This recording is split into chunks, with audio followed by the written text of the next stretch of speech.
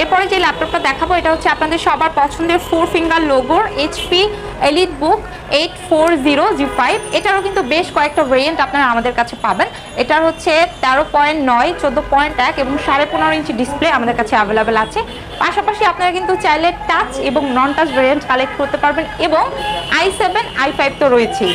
এবং এই চমৎকার এক্সক্লুসিভ ল্যাপটপটাতে 14.1 ফুল এইচডি প্লাস ডিসপ্লে পাবেন, 8GB DDR4 এর র্যাম আছে, 256 SSD আছে এবং এটা কিন্তু সম্পূর্ণ 4 কোরের একটা ল্যাপটপ।